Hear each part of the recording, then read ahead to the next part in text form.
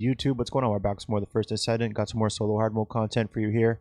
We have got Glet and Freyna out, running Void Erosion Purge stages 12 and 13 as we continue to climb that ladder.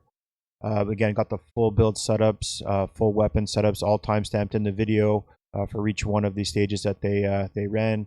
Absolutely disgusting. Obviously, we'll continue to update the builds and keep slapping on cores as we continue to move our way up the the top of the to the chain here. So yeah, you guys are appreciating the content, you guys are liking the video. As always, please turn on those notifications, sub to the channel, smash that like button.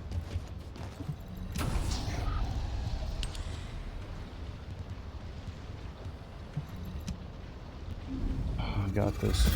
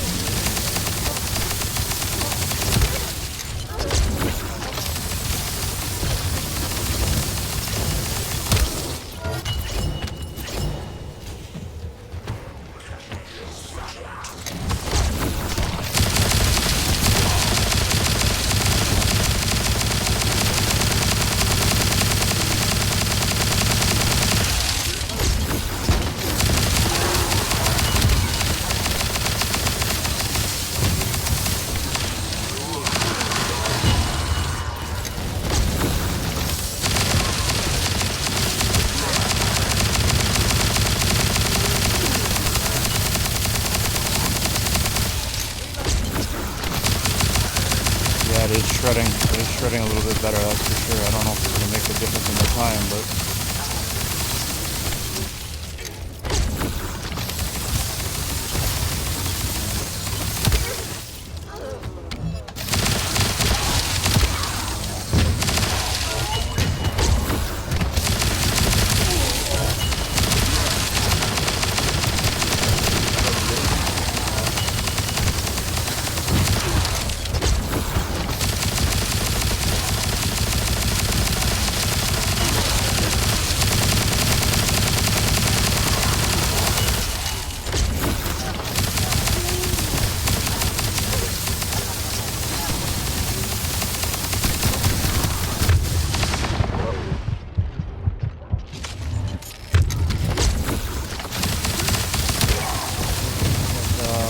just blew it there.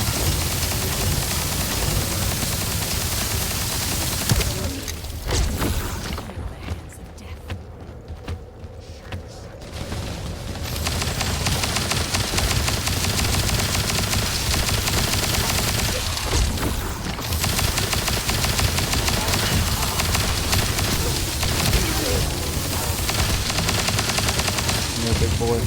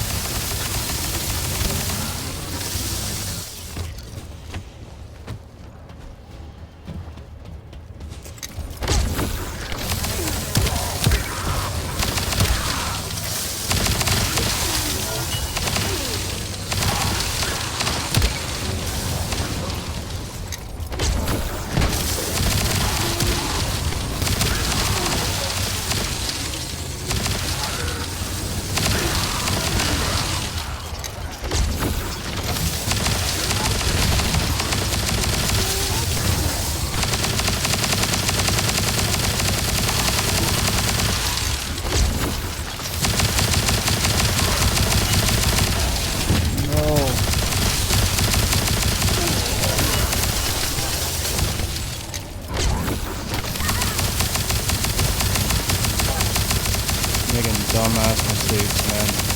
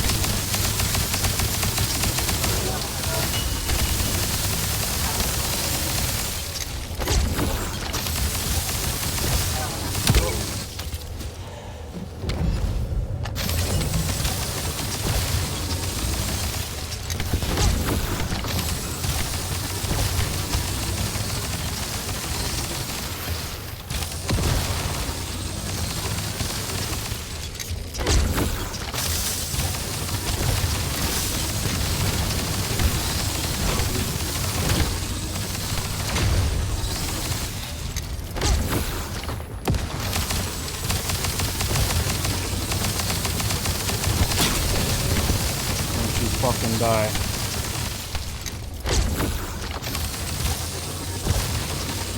Oh, I'm not paying attention.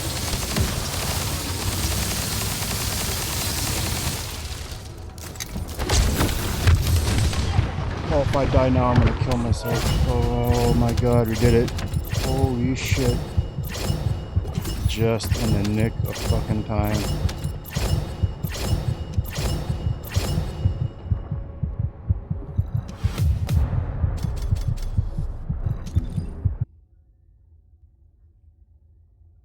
My Gley build for my weapon Gley build that I just used to clear at level 12. Again, it doesn't matter what the optimized condition is, like what weapon you have to get the additional skill power, because we're dealing with the weapon. So skill power is pretty much out the window with the weapon platform build, so you don't need to worry about that. Non-attribute skill and dimensional is kind of what you want to roll on it. The critical part that you want on your attributes is you want the skill cooldown duration up to be in gold, and the skill cooldown in gold. I'm slightly lacking in that for my reactor, but that is the optimal reactor for the weapon platform build for Gley. I like running this with the 3-piece annihilation. Again, skill power is not viable with the weapon platform build.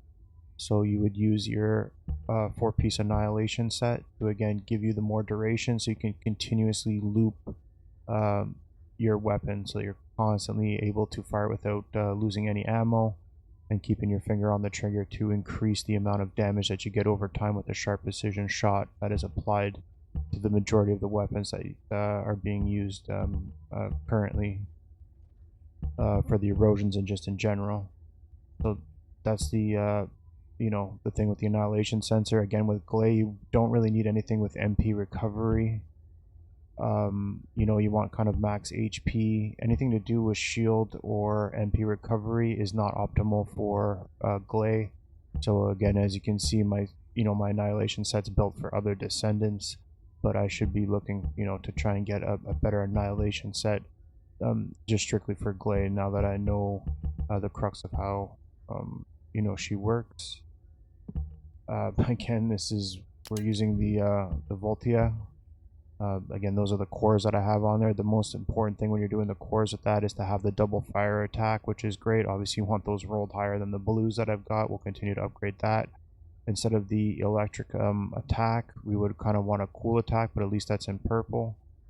It naturally, the Voltia is obviously naturally electric, so applying the cool is what's allowing them, or the chill attack is what's freezing all the enemies in place. So I've spec'd heavily into the chill for my Voltia build that I'm using to run with the Gley that you just saw in that stage 12 erosion. So again, we got some work to do there. Again, fire rate up. That's great for the beam rifles, and again just kind of rolls with the bonus firearm attack order of truth so on there. So there's a couple of things that we can roll better when it comes to our cores that we have on there. And then it's just I have it rolling again with chill attack, rounds per magazine to increase that firearm attack, and then we have some bonus firearm attack against the Legion of Immortality. Again, not an optimal roll. We'll keep trying to swap out attributes and get some better ones in there for the Voltia. But that's it for the attributes and the cores that I'm currently running with this Voltia build. These are the module settings. Again, for Gley, don't need to have any reload time or a magazine size. It's absolutely not necessary for Gley. So again, you just kind of spec heavily into chill. Again, it kind of like stops the enemy, and it's just a good secondary, elemental attribute to that works well with the electric. So we're spec'd into the chill there, and we're also spec'd into the super cold plasma. Now I believe there is one for electric, and it might be like I'm not too sure, super cold, super heated, I don't even know, like super volted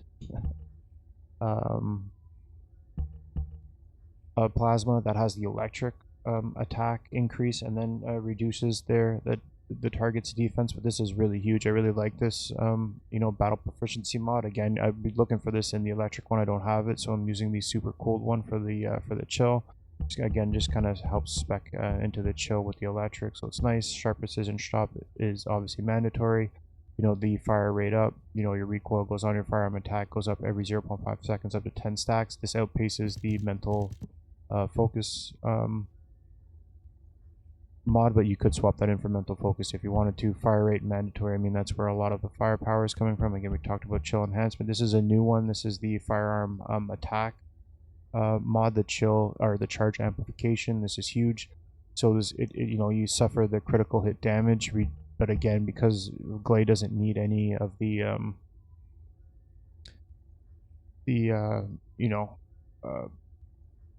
reload modifications or the increased magazine size, we can obviously offset that critical hit damage with the better concentration and better insight mods, which I have slapped on there. Probably going to look into just maybe finding something else better than these, but it does offset the critical hit damage, and then we're just getting the straight boost to our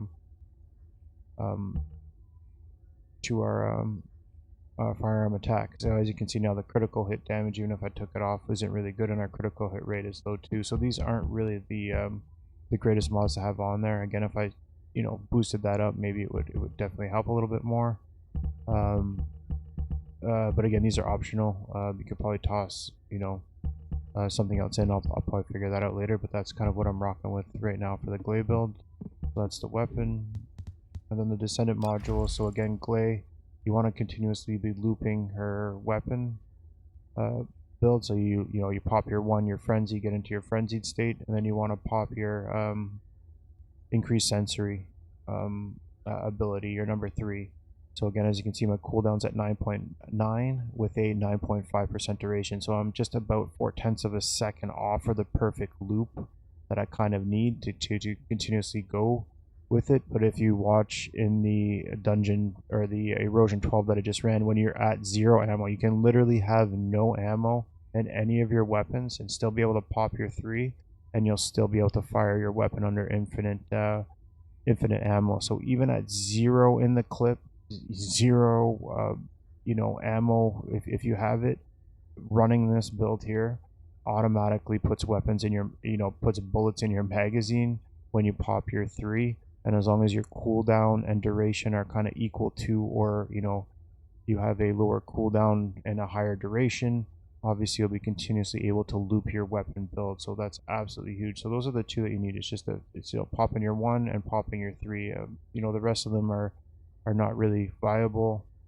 Unless you were, needing the survivability by switching into your, grabbing some heals for the mass sanguification to get the heals from some of the drop orbs. But, that's pretty much it. That's how the build works. Again, you pop your 1, your frenzy, get all that bonus extra damage. I think that's like 10% or 15% fire attack damage.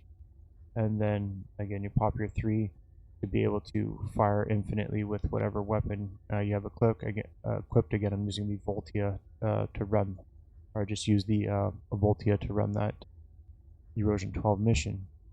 So massive sanguification. This is just a build in general. Mid maneuvering. I think that's standard for the extra 10 nodes. Again, we want a lot of skill cooldown. We've got the dimensional on there, even though we don't need it, but it's again more skill cooldown. That's what we're speccing into. The HP collector is huge just because we need that HP for survivability, and then more increase. We're getting kills, we're getting HP, and then increased HP.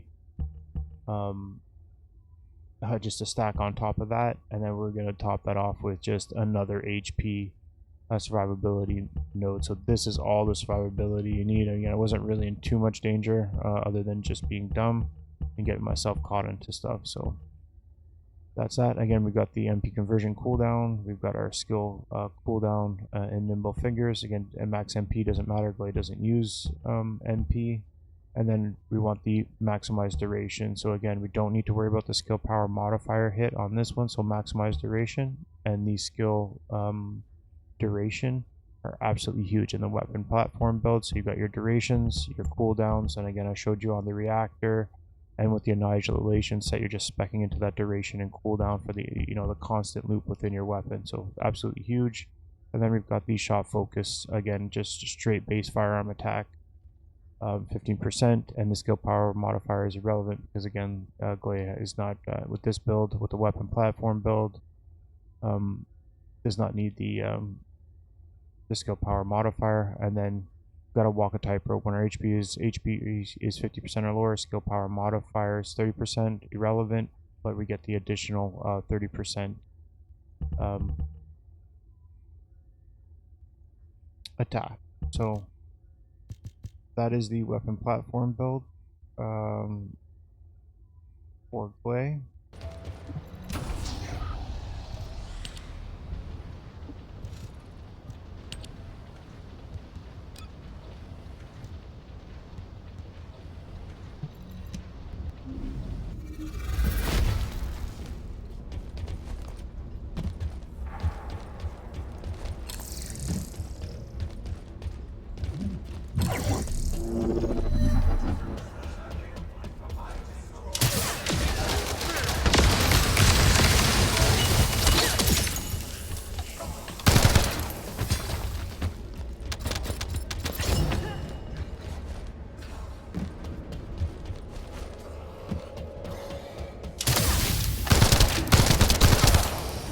Not good.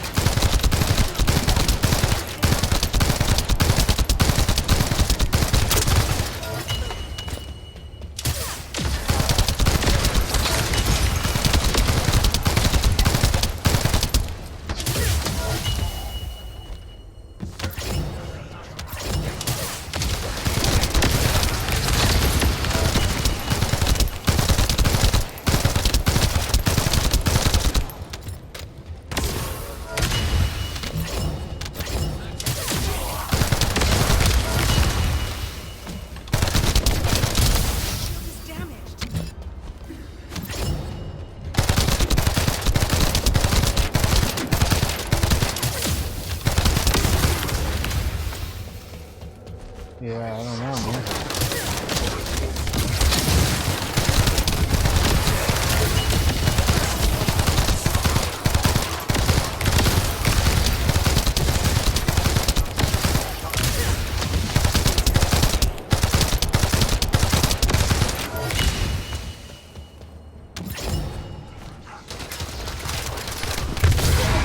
Oh, fuck. That was fucking ridiculous.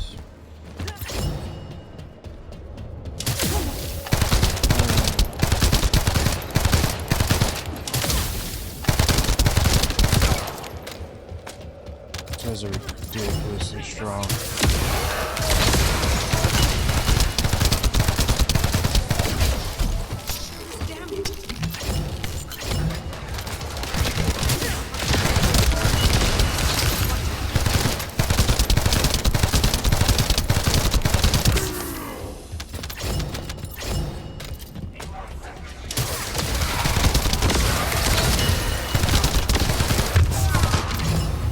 Those guys are fucking nuts. They're hitting me hard.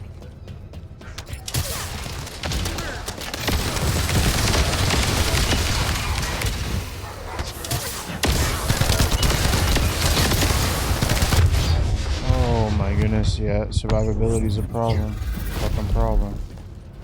3 minutes?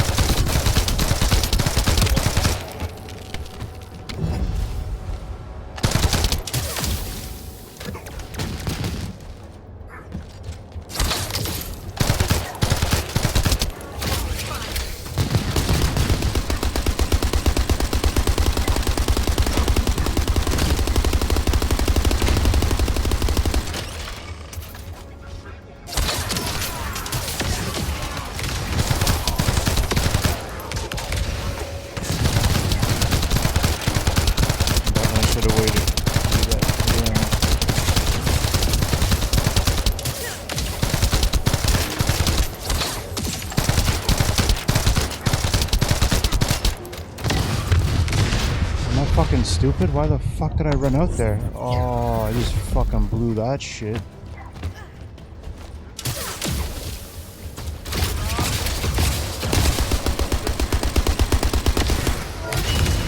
Oh my god, I was fucking lucky there.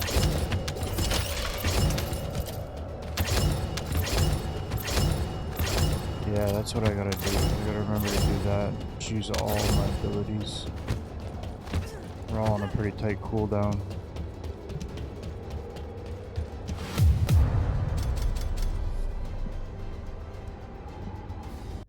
Right, so this is my Freyna build. This is what I use to complete Erosion Stage 13. It's constantly changing, so I'll try to update it as many times as you know as I possibly can for you guys as we continue to move through the Erosion stages. So currently, I'm running this with the Toxic Mechanics Reactor. Again, it's with the Toxic Skill Power Boost ratio and the Tech Skill Power Boost ratio.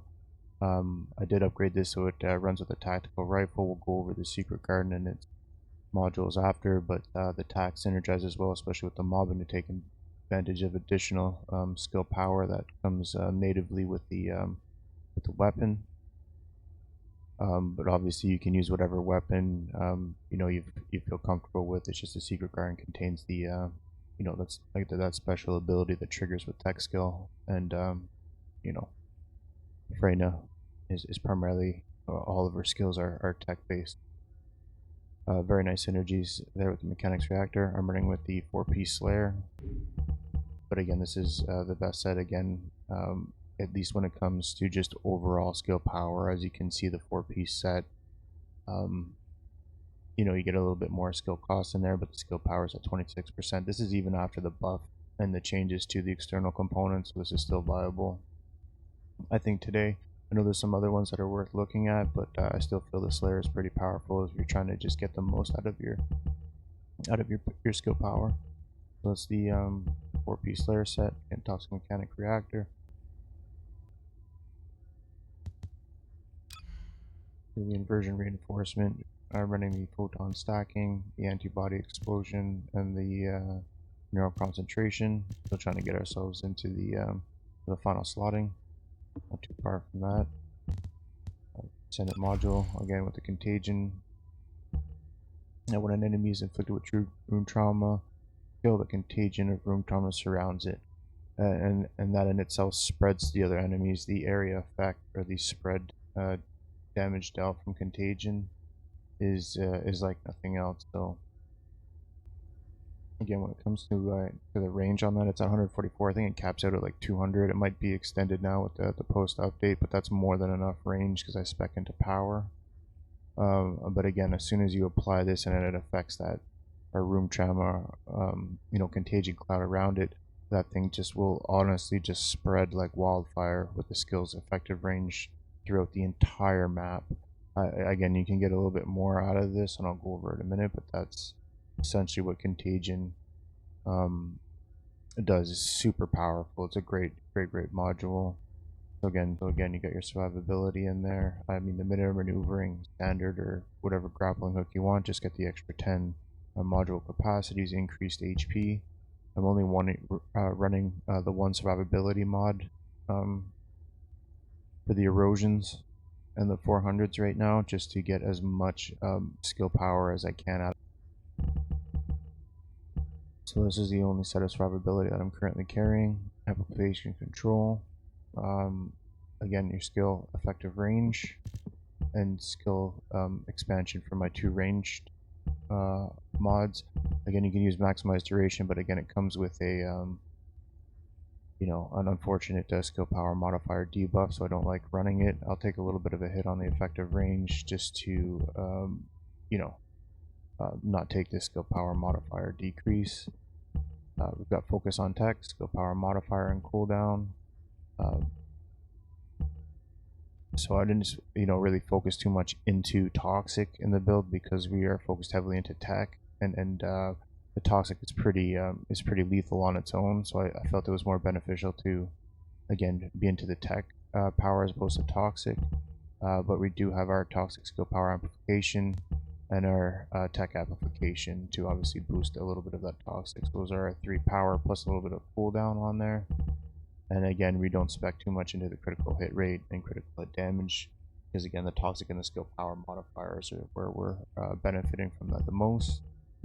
And again, we've got our just straight skill power increase on top of that with power increase. So again, then there's your kind of your trifecta, or I should say your quad, of your skill power damage within there. Then we've got obviously a little bit of cooldown with nimble fingers, couples nicely with the extra 6.1% on the attack. And then we've got the MP conversion for again additional skill power or skill cooldown to help again just get our skills back as quickly as possible, so we're constantly at least able to pop our venom trauma, it just consistently as we're killing enemies. I run this with Decimator. If you're ever running into problems with MP or mana, you can put MP Collector on there. But again, the Decimator just increases the skill power modifier by 5% per defeated enemy for up to 10 seconds, up to 10 stacks. So that's an extra 50%. It's pretty huge when you're just honestly inflicting debuffs with the poison or the corrosion or the room trauma to all the enemies within the area. That's the crux behind the build there. So the Secret Garden is the weapon that we're running with, just because of its unique ability, which we'll go over. As you can see, I have this core slotted with bonus firearm versus Colossus. For when I'm bossing, you put firearm attack within there too, which would be better for mobbing. So obviously it's your call, but this weapon that I have is built strictly for the bossing, because the pest control is what is really giving me the skill power, at least for it. But again, when you're in erosions, you might you might see this change from bonus firearm attack versus Colossus to just straight firearm attack. You got the weak point damage, the aim shot accuracy, and the sprint speed and control. Sprint speed, sorry, just straight So we've got the bonus firearm attack, 3-point damage, aim shot accuracy, sprint speed, and bonus firearm attack versus Legion of Immortality. Now when it comes to our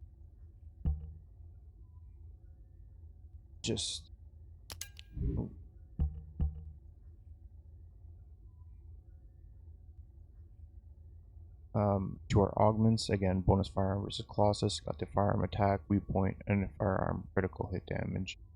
Just trying to get as much damage out of that as possible, and again, I've used this for a bossing weapon, so that's why it's got the firearm attack versus Colossus. Might swap that out for just straight firearm attack, but again, this is a a mix of a bossing weapon.